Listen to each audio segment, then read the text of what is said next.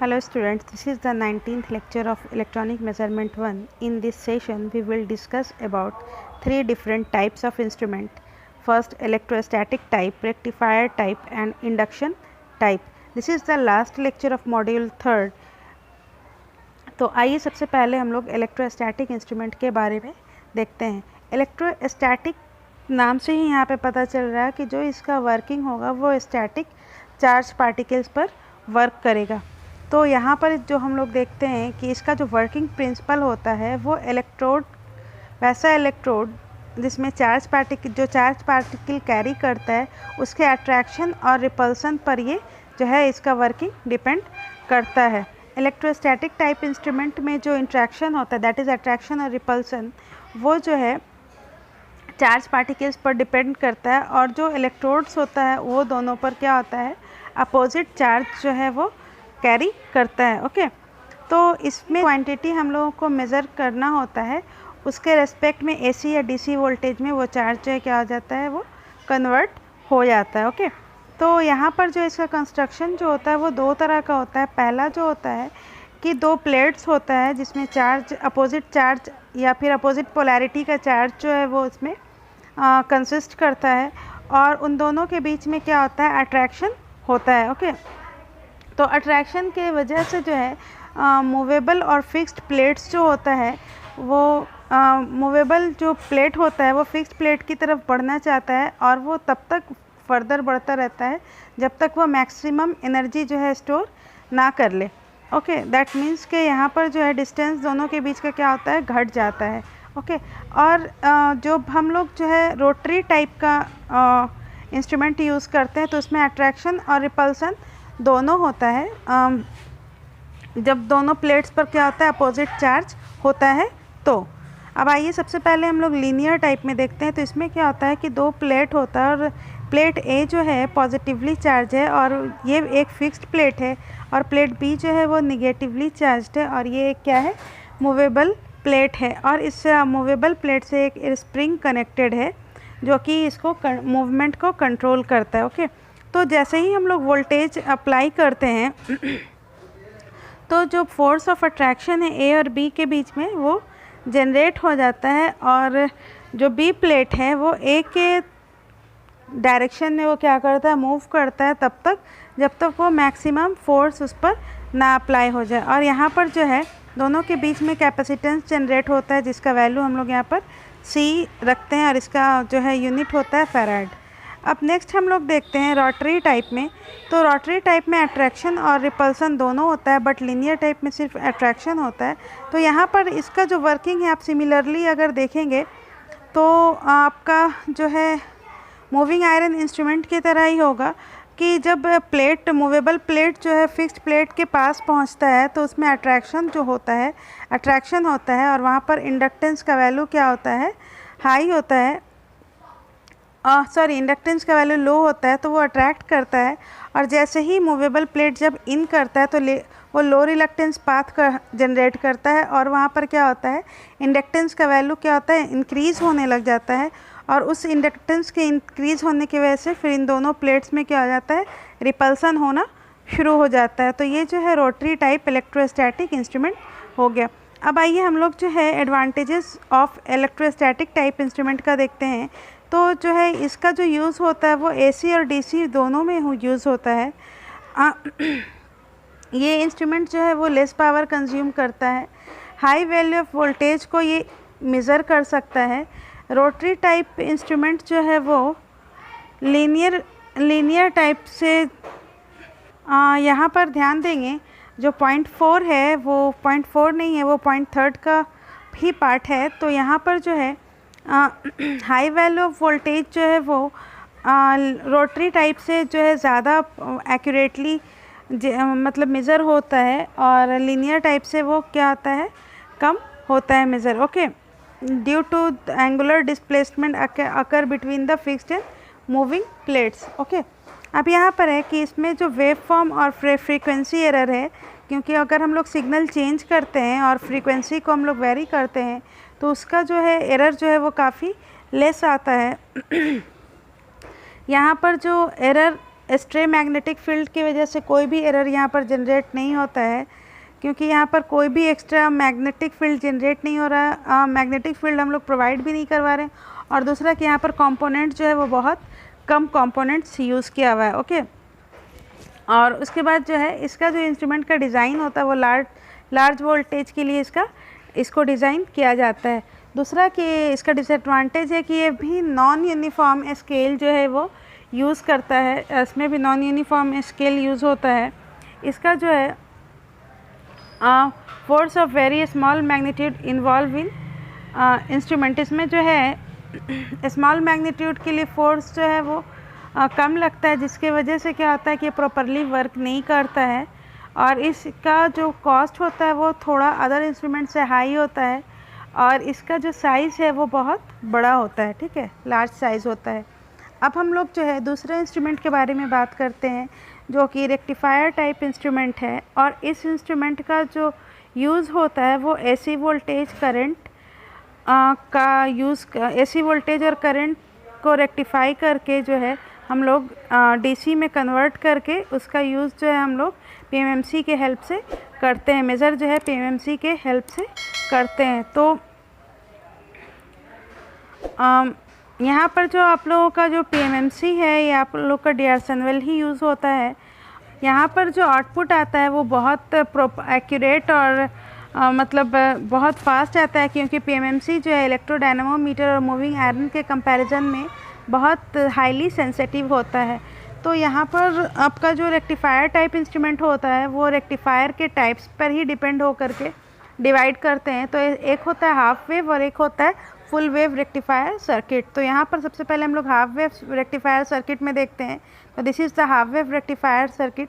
यहाँ पर है कि एक पीएमएमसी है, एक मल्टीप्लायर आर है, और यहाँ पर एक डायोड है, and this is the wave form of output. कि ये जो है हम लोग एसी सिग्नल दे रहे हैं।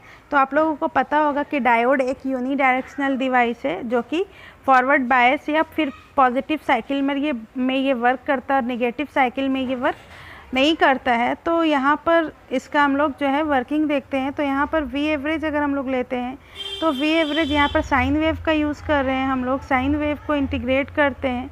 तो integration of sine omega D omega T, और इसका लिमिट 0 से पाई तक है 1/2 पाई। इसको इंटीग्रेट करते हैं तो यहाँ पर जो है 1/पाई वी एम आता है, and V M is the peak value of the voltage. Okay, तो वी एवरेज को फर्दर मतलब कैलकुलेट करते हैं। तो इसका जो वैल्यू आता है 318 वी एम होता है। और उसके बाद फर्दर इसको कैलकुलेट करते हैं। वी एम को हम लोग वी आर एम एस में अगर कन्वर्ट करते हैं, here V is the R M S value, that is the equivalent DC value of AC current, AC voltage.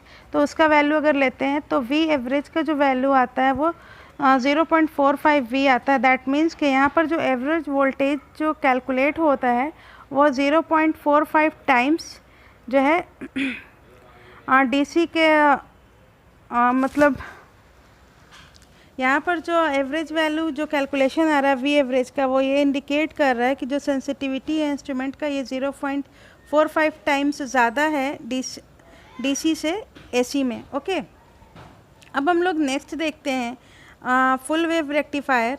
तो यहाँ पर जो है दोनों साइकिल, पॉजिटिव साइकिल और नेगेटिव साइकिल जो है दोनों आपका जो है डिटेक्ट होगा। द रीज़न इज़ कि यहाँ पर 4 डायोड हैं, और जिसमें से 2 जो है आपका फॉरवर्ड बायस्ड हैं। आप लोग देख सकते हैं कि this is the forward biased and this is the reversed biased. ये वाला जो है आपका रिवर्स्ड बायस्ड है और ये वाला जो है आपका फॉरवर्ड बायस्ड है।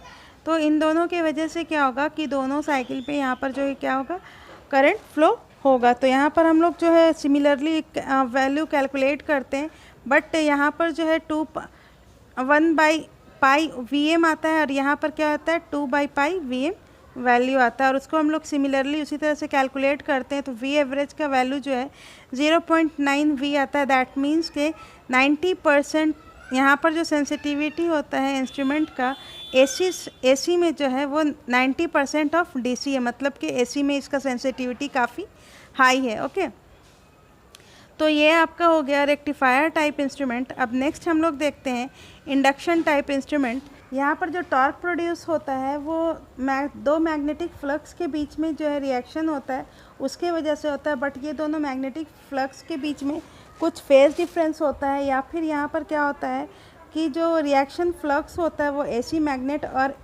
इंड्यूस्ड एडी करंट के बीच में, इंड्यूस्ड एडी करंट की वजह से जो फ्लक्स जनरेट होता है उसके बीच में जो है यहाँ पर रिएक्शन होता है, तो उसके वजह से भी यहाँ पर इसका वर्किंग होता है। ओके, तो इंडक्शन टाइप मेजरमेंट जो इंस्ट्रूमेंट जो है वो दो तरह का होता है, एक स्प्लिट फेस टाइप होता है और दूसरा शेडेड पोल होता है। तो यहाँ पर जो है स्प्लिट फेस टाइप, यहाँ पर जो है दो मैग्नेट है P1 और P2। यहाँ पर R जो है आपका शंट में जो है P2 जो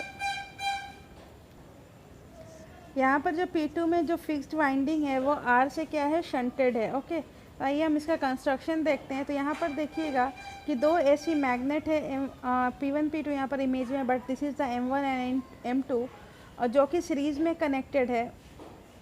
M2 का जो वाइंडिंग है वो R से शंटेड है और इसके वजह से क्या होता है कि दोनों क्या है कि सीरीज़ में कनेक्टेड है, तो M2 और M1 का जो भी टोटल लाइन करंट होगा, यहाँ पर जो भी करंट I जो फ्लो हो रहा है उसमें क्या हो जाएगा, M2 में जो करंट फ्लो होगा वो कुछ फेज़ डिफरेंस से क्या होगा, लैग करेगा और दोनों के फेज़ डिफरेंस का जो वैल्यू होगा वो अल्फ़ा होगा। ओके, दोनों के फेज़ डिफरेंस का वैल्यू जो है क्या होगा, अल्फ़ा होगा। और जब करंट लैग कर रहा है दैट मीन्स के दोनों का फ्लक्स जो लिंकेज फ्लक्स जो जनरेट होता है उसमें भी क्या होता है, कुछ लैग्स मतलब कुछ फेज़ डिफरेंस जनरेट हो जाता है। ठीक है, अब नेक्स्ट हम लोग देखते हैं शेडेड पोल टाइप में। तो shaded pole type induction instrument में क्या होता है कि ये एक सिंगल वाइंडिंग जो है यूज़ करता है जो कि फ्लक्स प्रोड्यूस करता है, और इस वाइंडिंग से जो फ्लक्स प्रोड्यूस होता है वो जो है स्प्लिट हो जाता है, दैट मीन्स कि डिवाइड हो जाता है दो फ्लक्स में, और दोनों के बीच का जो फेज़ डिफरेंस होता है वो 40 से 50 डिग्री का फेज़ डिफरेंस होता है। ओके, और ये जो फेज़ डिफरेंस है वो वेरी करता है शेडिंग बैंड के साइज़ पर, ये वेरी करता है।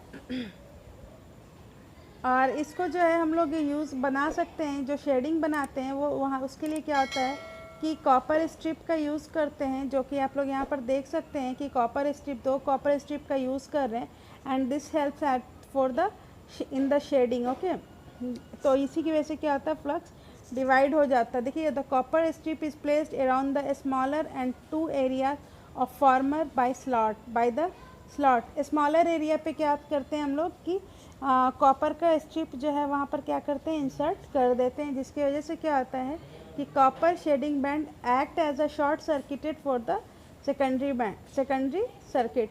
यहाँ पर जो कॉपर जो बैंड होता है ये क्या होता है, एक शॉर्ट सर्किट की तरह वर्क करने लग जाता है। ओके, तो इसका जो, और जिसकी वजह से क्या होता है कि ये इसमें रोटेशन जनरेट होता है, और ये जो आपका स्पिंडल के रेस्पेक्ट में ये जो एल्युमिनियम प्लेट है ये क्या होता है, एल्युमिनियम डिस्क जो है ये रोटेट होता है, और जिसकी वजह से ये पॉइंटर में क्या आता है, रोटेशन आता है।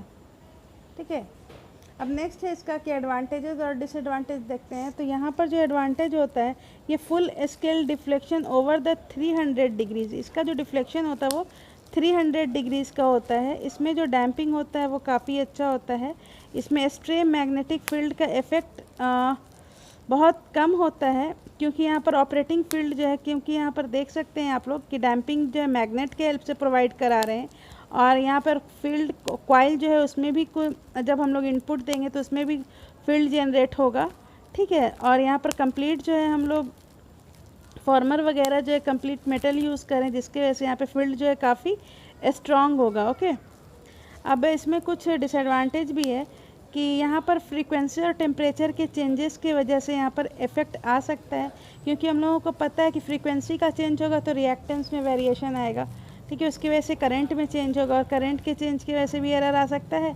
और जब टेम्परेचर में चेंज होगा तो सबसे पहले कि मैग्नेट का मैग्नेटिक फील्ड में वेरिएशन आएगा, और दूसरा कि किसी भी कंडक्टिंग मटेरियल का रेजिस्टेंस में भी चेंज आता है, तो जिसकी वजह से क्या होता है कि एरर जनरेट होता है। यहाँ पर जो स्केल यूज़ होता है वो नॉन यूनिफॉर्म स्केल यूज़ होता है, और क्योंकि हाई लार्ज फील्ड पर ये वर्क कर रहा है तो यहाँ पर जो है पावर कंजम्पशन जो है वो ज़्यादा होगा, और ज़्यादा कंपोनेंट्स यूज़ होने की वजह से इसका कॉस्ट जो है हाई हो जाता है, और इसको जो है जनरली एसी में मतलब एसी करंट के लिए हम लोग इसको जनरली यूज़ करते हैं, एसी में के लिए यूज़ करते हैं। ओके, और दूसरी बात है कि इसका जनरली यूज़ जो है एनर्जी मीटर में इसका जनरली यूज़ होता है। ओके, तो this is all for today session.